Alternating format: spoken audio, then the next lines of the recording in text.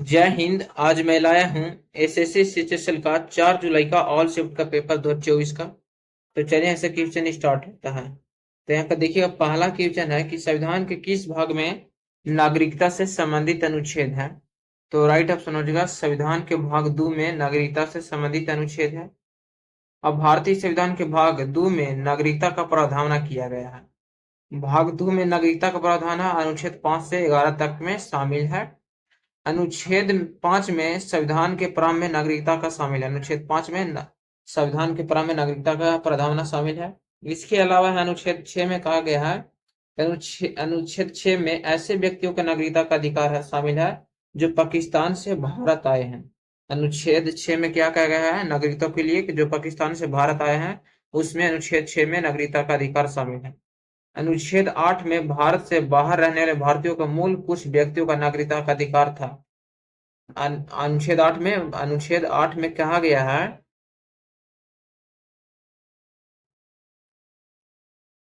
और भाग एक में संघ और उसका क्षेत्र है। संविधान के भाग 1 में संघ और उसका क्षेत्र है। संविधान के भाग 3 में मौलिक अधिकार है। संविधान के भाग 4 में नीति निषेध तत्व का सिद्धांत है। भाग 7वां में पहली अनुसूची के भाग बी के राज है। पहली अनुसूची के भाग बी में राज है। नेक्स्ट क्वेश्चन दूसरा नंबर पूछा गया था यहाँ पे कि ब्रज उत्सव किस राज्य से संबंधित है। तो ब्रज उत्सव राजस्थान राज्य से संबंधित है, याद रखना।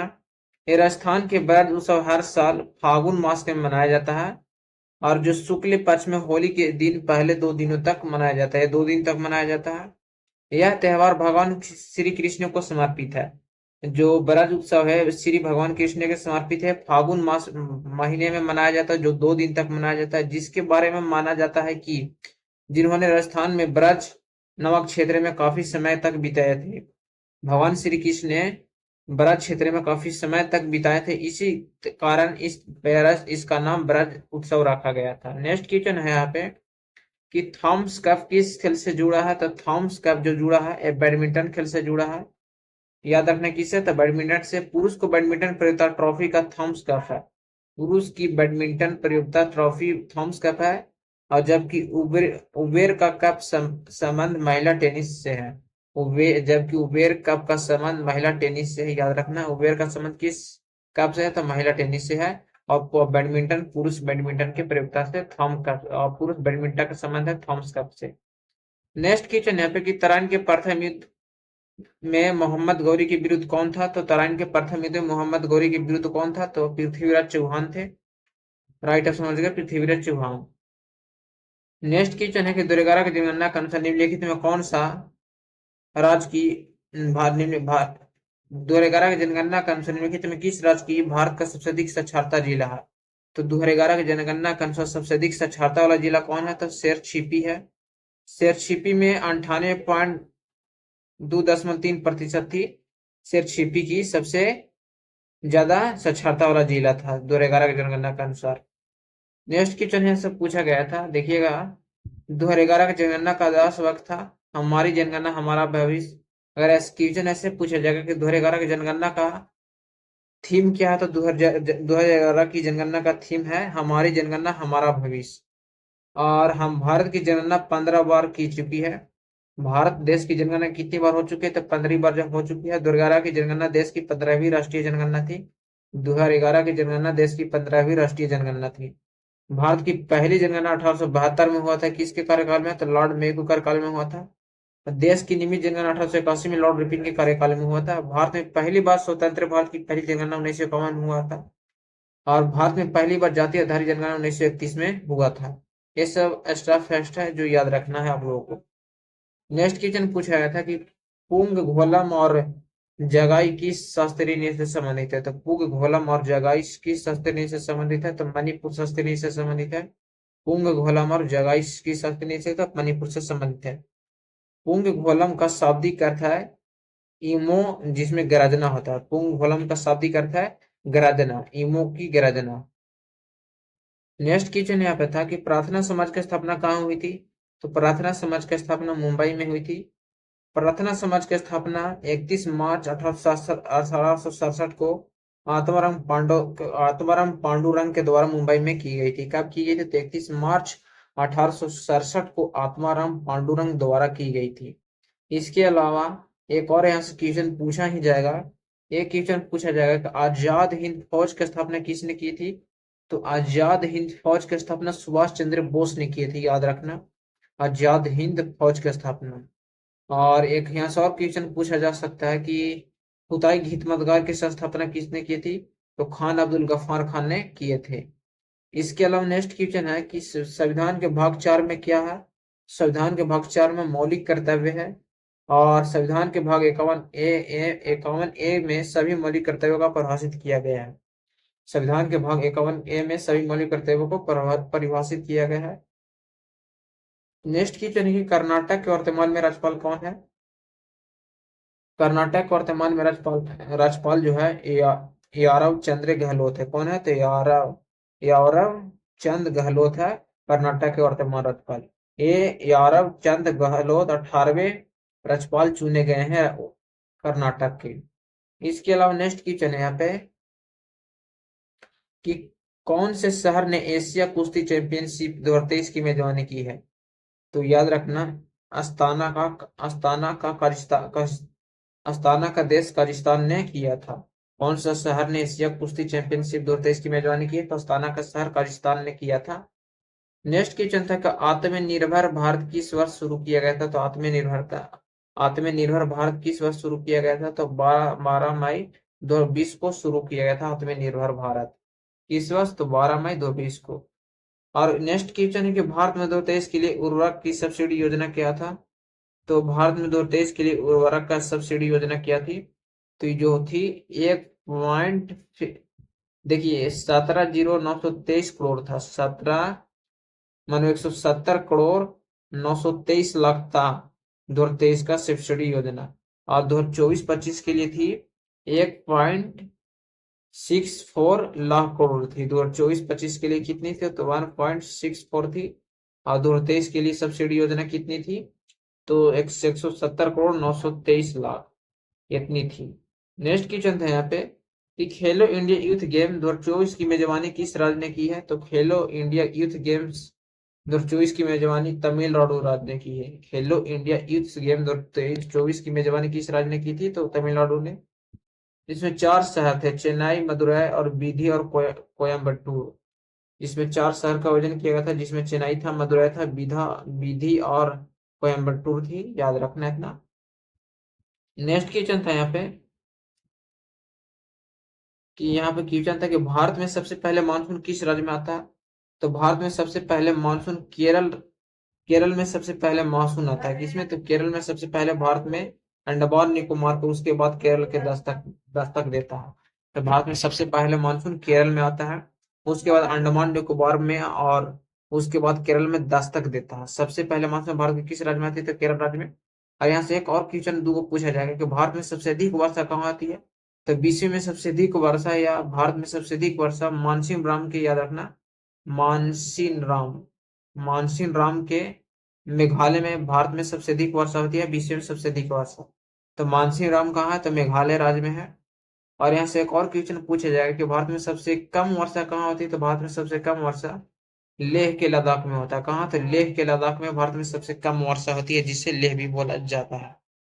नेक्स्ट क्वेश्चन है कि हिंदुस्तानी संगीत को कितने भागों में बांटा गया है?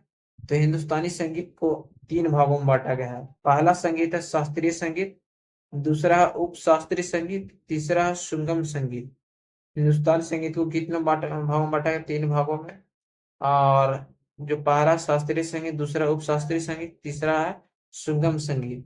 नेक्स्ट क्वेश्चन देखिए यहाँ पर है, हिंदुस्तानी संगीत में कुल 22 श्रुतियां है। कितने? तो हिंदुस्तानी संगीत में कुल कितने? 22 श्रुतियां हैं।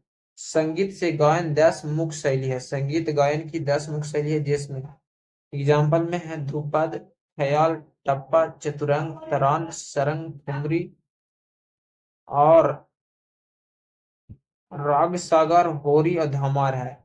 संगीत गायन की 10 प्रमुख शैली है, जिसमें ध्रुपद बता दिए हम एग्जाम्पल देके। इसके अलावा जड़ के शीर्ष अस्त में विभियोजक का निचला भाग क्या कहलाता है?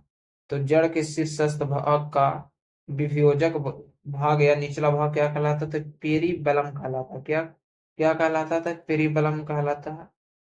नेक्स्ट क्वेश्चन फिर यहाँ पे कि हाथरस जिले का गठन 3 मई 1997 को अलीगढ़, मथुरा और आगरा जिले के हिस्सों को मिलाकर किया गया था। तो हाथरस जिले का गठन 3 मई 1997 में किस राज्य को मिलाकर किया गया था? तो अलीगढ़, मथुरा और आगरा जिले को, आगरा आगरा जिलों के हिस्सों को मिलाकर किया गया था। इसके अलावा पूछा गया था गुजरात का लेस सिस्टम कौन सा शहर? तो गुजरात का लेस का सिस्टम कौन सा शहर है? तो गुजरात का लेस सिस्टम, गुजरात जो है लेस सिस्टम का शहर है, याद रखना। अब गुजरात का सबसे बड़ा जिला कच्छ जिला है, याद रखना, जो भारत का सबसे बड़ा जिला है कच्छ। नेक्स्ट क्वेश्चन, सेल को फॉर्मेट कैसे करते हैं? तो सेल को फॉर्मेट कैसे करते हैं? तो होम सेल का स्टाइल में लागू स्टाइल पर राइट क्लिक करते हैं, राइट क्लिक करते हैं। जो आप बदलना चाहते हैं उसे बदलने के लिए संशोधित करे फॉर्मेट चुनते हैं। इसके तहत सेल फॉर्मेट को शेयर करते हैं। इसके अलावा नेक्स्ट क्वेश्चन की दशहरा में कौन से माह में मनाया जाता है? तो आश्विन माह के शुक्ल पश्चिमी की 10वीं तिथि को मनाया जाता है। आश्विन माह के शुक्ल पश्चिमी की 10वीं तिथि को मनाया जाता है दशहरा। कब मनाया जाता है? आश्विन माह में शुक्ल पश्चिमी की 10वीं तिथि को मनाया जाता है दशहरा। इसके अलावा नेक्स्ट क्वेश्चन था यहाँ पे देखिएगा कि अटल सुरंग किन दो जगहों को जोड़ता है? तो अटल सुरंग किन दो जगहों को जोड़ता है? तो यहाँ पे राइट ऑप्शन हो जाएगा मनाली और लाहौल स्पीति घाटी को जोड़ता है अटल सुरंग। इसके अलावा नेक्स्ट क्वेश्चन यहाँ पे कि क्षेत्रीय ग्रामीण बैंक का मुख्य उद्देश्य क्या था? तो क्षेत्रीय ग्रामीण बैंक का मुख्य उद्देश्य था वो क्या था? तो ग्रामीण गरीबों को ऋण और बैंकिंग सुविधा प्रदान करना था। क्षेत्रीय ग्रामीण बैंक का मुख्य उद्देश्य था ग्रामीण बैंकों का ऋण और बैंकिंग सुविधा प्रदान करना। क्षेत्रीय ग्रामीण बैंकों को आरबीआई की स्थापना 1975 में किया। पर्याप्त उपदेश और क्षेत्रीय ग्रामीण बैंकों का अधिनियम 1976 के प्रावधानों के तहत ग्रामीण अर्थव्यवस्था विकसित करने के उद्देश्य में ग्रामीण क्षेत्रों कृषि, व्यापार, उद्योग यानी उत्पादक गतिविधियों का विकास हेतु ऋण यानी सुविधा प्रदान की गई थी। इसके अलावा यहाँ पर कि 100वां संविधान संशोधन कब हुआ था? तो 100वां संविधान संशोधन 1 अगस्त 2015 को किया गया था। कब? तो 1 अगस्त 2015 को। भारत और बांग्लादेश के बीच हुई भूमि सीमा के संबंधित के लिए 100वां संविधान संशोधन किया गया था। इसके तहत आपसी सहमति कुछ भूभाग का आदान प्रदान किया गया था। इसके तहत दोनों देशों ने आपसी सहमति भूभाग की आदान प्रदान की थी। 100वां संविधान प्रदान कब हुआ था? 1 अगस्त 2015 को। इसमें भारत और बांग्लादेश के बीच में हुई भूमि संधि के लिए 100वां संविधान संशोधन किया गया था। संगीत में टोपो का क्या अर्थ है? तो संगीत में टोपो का जो अर्थ है, तो संगीत में टेम्पो का संगीत किसी दिए गए भाग का एक अंश गति का रूप होता है। एक भाग का या अंश का गति का रूप होता है। संगीत में टोपो का अर्थ होता है अंश की गति का रूप। गति का रूप में परिभाषित किया जाता है। टेम्पो को आमतौर पर बीट्स या प्रति मिनट बीएम द्वारा मापा जाता है। टेम्पो को आमतौर पर बीट्स या प्रति मिनट या बीएम के द्वारा मापा जाता है, जिसका मतलब है कुछ से टेम्पो पर 1 मिनट में रिकॉर्ड की गई बीट्स की संख्या है। कौन सा शहर असम राज्य का शास्त्रीय नृत्य है? तो कौन सा राज्य असम राज्य का शास्त्रीय नृत्य है? तो सप्तारीय नृत्य असम राज्य का एक शास्त्रीय नृत्य है। यह असम के कृष्ण केंद्रित वैष्णव देव के मठ में उत्पत्ति के साथ एक नृत्य नाट्य प्रदर्शन कला और इसके श्रेय जो दे रहा था 15वीं शताब्दी में भक्ति आंदोलन के विद्वान संत महापुरुष श्रीमती शंकर देव ने को दिया जाता है। सतारिया नृत्य को जनक के रूप में या इसका श्रेय निर्माण के रूप में श्रीमती शंकर देव को दिया जाता है। सार्क का पूरा नाम क्या था? सार्क का पूरा नाम एशिया क्षेत्रीय संगठन है। किसका? सार्क का पूरा नाम है एशियाई क्षेत्रीय सहयोग संगठन। एशियाई क्षेत्रीय सहयोग संगठन। सार्क दक्षिण एशिया का 8 देशों का संगठन है। सार्क जो है दक्षिण एशिया में 8 देशों का संगठन है। एशिया को मानव का घर भी कहा जाता है, ये भी फैक्ट याद रखना। सार्क में 8 सदस्य देश हैं: अफगानिस्तान, बांग्लादेश, भूटान, भारत, मालदीव और नेपाल, पाकिस्तान और श्रीलंका को शामिल किया गया है सार्क में। 8 देश कौन कौन है? तो अब याद रखना, एक क्वेश्चन पूछा गया है अभी, अब पूछा जाएगा कि सार्क में, ऐसे क्वेश्चन पूछा गया कि निम्नलिखित में कौन एक सार्क देश में शामिल है, और जिसमें से एक शामिल रहेगा और बाद बाकी नहीं रहेगा, जिसमें अफगानिस्तान, बांग्लादेश, भूटान, भारत, मालदीव, नेपाल, पाकिस्तान और श्रीलंका देश शामिल है सार्क में, जिसका पूरा नाम है एशियाई क्षेत्रीय सहयोग संगठन। पंजाब के पूर्व मुख्यमंत्री जिनकी अप्रैल 2023 में मृत्यु हुई थी, उनका क्या नाम था? तो पंजाब के पूर्व मुख्यमंत्री कौन थे? तो जिनकी अप्रैल में मृत्यु हुई थी, तो प्रकाश सिंह बादल नाम था। क्या था नाम? प्रकाश सिंह बादल। 1970 से लेकर 1971 ईस्वी तक पंजाब के 8वें मुख्यमंत्री थे, और 1977 से लेकर 1980 तक, 1997 से लेकर 2002 तक, तथा 2007 से लेकर 2017 ईस्वी तक पंजाब के सबसे लंबे समय सेवा प्रदान करने वाले मुख्यमंत्री थे। तो पंजाब में सबसे लंबे समय तक मुख्यमंत्री रहने वाले कौन थे? तो प्रकाश सिंह बादल थे। इसके अलावा क्वेश्चन है कि नंदा देवी राष्ट्रीय उद्यान किस राज्य में स्थित है? तो नंदा देवी राष्ट्रीय उद्यान उत्तराखंड में स्थित है। यहाँ से नेशनल पार्क के बारे में एक क्वेश्चन बन जा रहा है हर शिफ्ट में।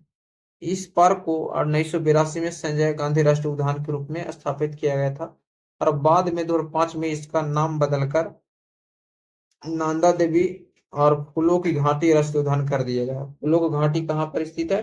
तो उत्तराखंड में नंदा देवी का ही नाम, नंदा देवी और फूलों की घाटी राष्ट्रीय उद्यान उद्यान कर दिया गया, इसका नाम बदलकर संजय गांधी राष्ट्रीय उद्यान का। नेक्स्ट क्वेश्चन है यहाँ पे कि गीधा किस राज्य का लोक नृत्य है? तो गीधा एक पंजाब का लोक नृत्य है। भांगड़ा किस राज्य का लोक नृत्य है? तो भांगड़ा भी पंजाब का ही लोक नृत्य है। इसके अलावा गीधा एक पंजाब का एक नृत्य रूप है। गीधा पंजाब का एक लोकप्रिय नृत्य है। यह पंजाब में आयोजित सबसे खुशी के अवसरों के दौरान किया जाता है। जब पंजाब में सबसे खुशी किस चीज की आती है, तब एक पंजाब का गीधा नृत्य किया जाता है। केवल महिलाओं के द्वारा किया जाता है। गीधा नृत्य केवल महिलाओं के द्वारा किया जाता है। किस गवर्नर जनरल ने सती प्रथा को समाप्त किया था? तो विलियम बेंटिक ने सती प्रथा का अंत किए थे राजा राममोहन राय के प्रयासों से। सती प्रथा को 1829 में विलियम बेंटिक और एक्स एट का यह बंगाल के सती विलेय का तहत अवैध बना दिया, और जिससे तत्कालीन गवर्नर लॉर्ड विलियम बेंटिक ने इसे पारित किया था।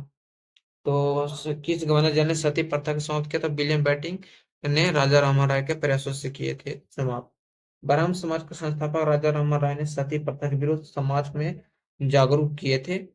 इसके अलावा यहाँ पे क्वेश्चन था कि 2016 में कौन से नोट बंद किए गए थे?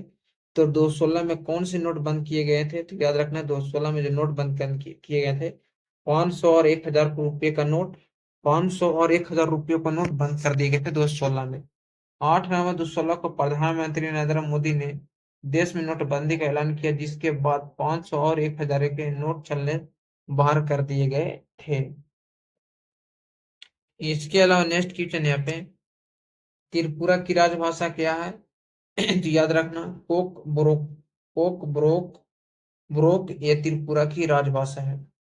त्रिपुरा की अधिकारी भाषा बंगाली है, अंग्रेजी और कोकबोर है। त्रिपुरा की अधिकारी भाषा क्या है? बंगाली और अंग्रेजी और कोकबोरोक है।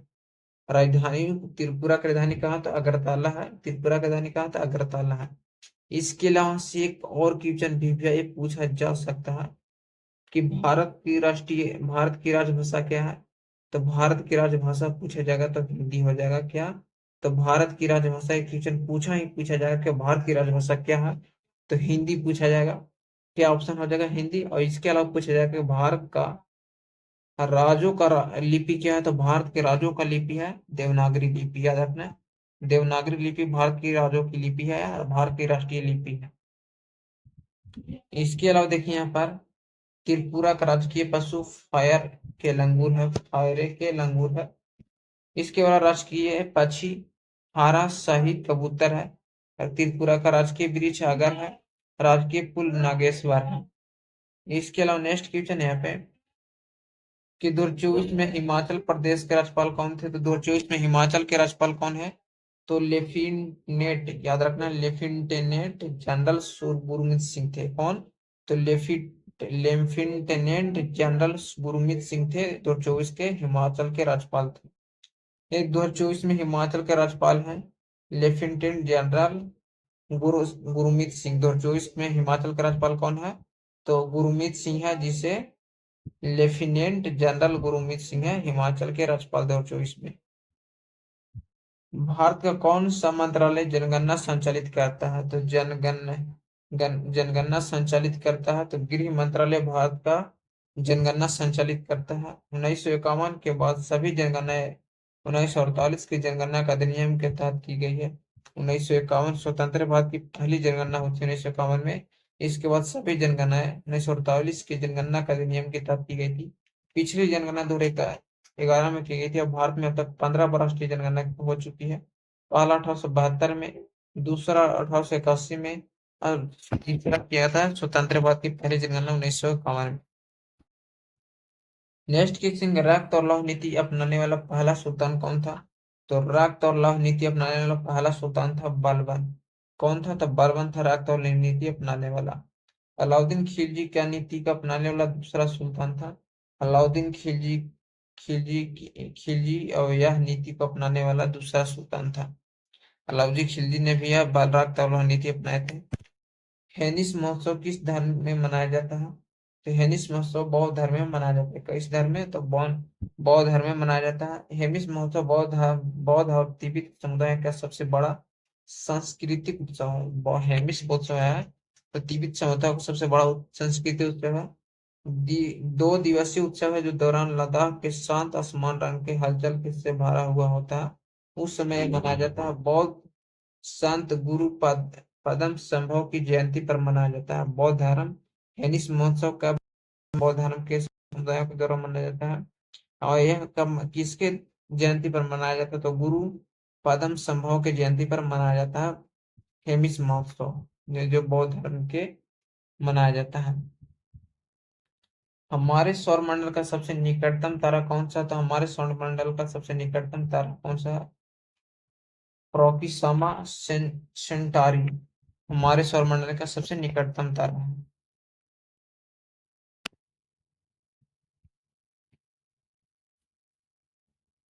अल्फा सेंटारी दूसरे सबसे निकटतम सितारा है जो पृथ्वी से 4.3 प्रकाश वर्ष दूर है।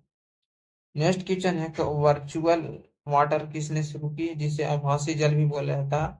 आभासी जल की किसने शुरू किया था? तो प्रोफेसर टोनी एलन ने आभासी जल की चालू योजना चालू की थी। आभासी जल की अवधारणा सर्वप्रथम professor Tony Allan King college के लंदन में किए थे। किंग कॉलेज के लंदन में आभासी जल की अवधारणा किए थे। 1993 में प्रोफेसर जॉन एलन ने 2008 के स्टॉकहोम में जल पुरस्कार से विजेता हुए थे। वर्चुअल वाटर की अवधारणा को पेश करके इसे आश्चर्यजनक रूप से प्रदर्शित किए थे। किया जो मापता है भोजन के अन्य उत्पादों को उत्पादन का व्यापार है जो पानी की तरह अंतर्निहित होता है। कोंकण रेलवे किस वर्ष स्थापित किया गया था? 19 जुलाई 1990 को कोंकण रेलवे स्थापित किया गया था। तो कब? तो 19 जुलाई 1990 को। नेक्स्ट क्वेश्चन था यहाँ पे कि बजट 2023 से 24 की आधार भूमि के लिए कौन सी योजना शुरू की गई? तो अमृत धरोहर। क्या था? अमृत धरोहर की गई थी बजट 2024 में आधार भूमि की योजना के लिए। नेक्स्ट क्वेश्चन था यहाँ पे कि एशियाई शेर किस राष्ट्रीय उद्यान में पाया जाता है? तो गिर राष्ट्रीय उद्यान में एशियाई शेर पाया जाता है। गिर राष्ट्रीय उद्यान कहाँ है? तो ये गुजरात राज्य में है, गिर राष्ट्रीय उद्यान। स्वर्ण सिंह समिति ने कितने मौलिक कर्तव्यों को सुझाव दिया है? तो स्वर्ण सिंह समिति ने 8 मौलिक कर्तव्यों को सुझाव दिया है।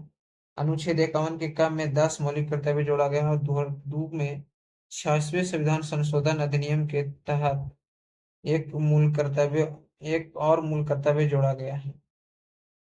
ICC men's T20 world cup 2024 का कहाँ आयोजित किया गया था? तो ICC men's T20 world cup 2024 कहाँ आयोजित किया गया था?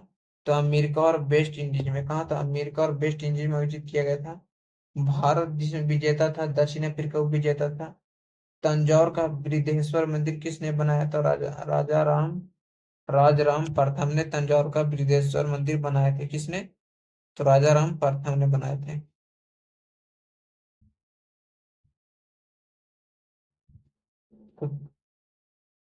तंजौर का राजाराम प्रथम में चोल के शासक प्रथम राजाराम चोल ने करवाया था। उसके नाम पर ही से राजेश्वर मंदिर नाम भी दिया जाता है। ये तंजौर के विदेश्वर मंदिर के इसके नाम पर ही राजा राजेश्वर मंदिर का नाम भी दिया जाता है। विदेश्वर मंदिर या तंजौर मंदिर तमिलनाडु में स्थित है। विदेश्वर मंदिर और तंजावुर तंजावुर मंदिर तमिलनाडु में स्थित है। यह भगवान शिव को समर्पित है। एक हिंदू मंदिर है। यह भारत दक्षिण भाग में यह दक्षिणी भारत यह भारत के दक्षिण भाग में सबसे बड़ा मंदिर है। यह यूनेस्को के विश्व के धरोहर स्थल के सूची में है। यह यूनेस्को के विश्व के धरोहर स्थल में सूची है। इसे दक्षिण मेरू भी कहा जाता है, जिसका अर्थ दक्षिण की मेरू है। इसके अलावा नेक्स्ट क्वेश्चन यहाँ पे कि हॉकी विश्व कप 2023 का मेजबानी कौन सा देश करेगा, तो भारत। हॉकी विश्व कप 2023 की मेजबानी कौन करेगा, तो भारत करेगा। उड़ीसा में 13 से लेकर 29 जनवरी 2023 में पुरुष हॉकी विश्व कप का मेजबानी की गई थी। भारत में अब तक के इतिहास के चौथी बार टूर्नामेंट का मेजबानी की गई है। भारत के इतिहास में अब तक चौथी बार हॉकी विश्व कप की आयोजित किया गया। भुवनेश्वर और राउरकेला में आयोजित किया गया था।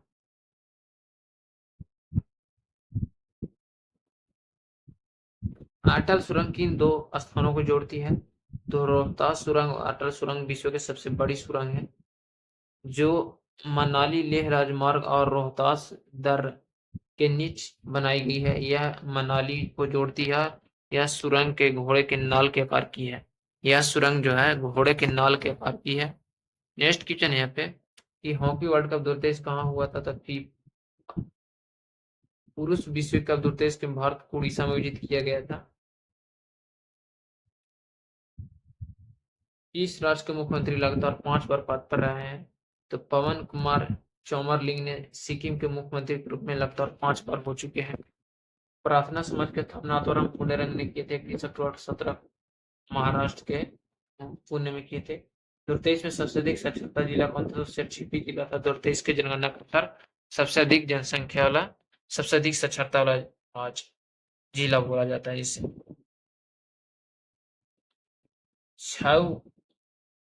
झूमर किस राज्य का लोक नृत्य, झूमर झारखंड, छत्तीसगढ़, उड़ीसा, पश्चिम बंगाल का लोक नृत्य है। पीएम परमान योजना किससे संबंधित है, तो एपीएम परमान योजना केंद्र सरकार के महत्वाकांक्षी स्कीम के तहत संबंधित है। तो जय हिंद।